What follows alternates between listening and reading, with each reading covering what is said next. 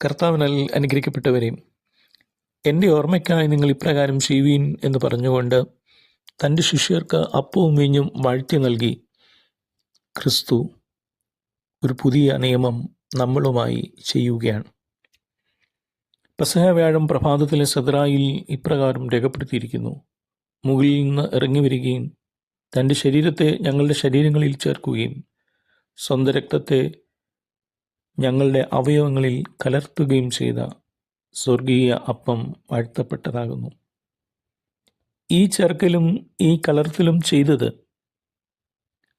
അവൻ്റെ രണ്ടാം വരവരെയും നമ്മളെ അവനുമായി ചേർത്തു നിർത്തുന്നതിനത്രേ. ഇന്നലകളിൽ ക്രിസ്തു നമ്മൾക്ക് നൽകിയത് ഇന്നും നാം ഓർക്കുന്നതിലൂടെ നാളെയും അവൻ വരുന്നത് വരെയും നമ്മളെ അവനുമായി ചേർത്ത് നിർത്തുന്ന വിശുദ്ധ രഹസ്യമത്രേ എന്ന് പിതാക്കന്മാർ പഠിപ്പിക്കുകയാണ്. നാം നമ്മുടെ ജീവിതയാത്രകളിൽ മറന്നു പോകാതിരിക്കേണ്ട ഏറ്റവും പരമപ്രധാനമായ ഒന്നത്രേ വിശുദ്ധ കുർബാന.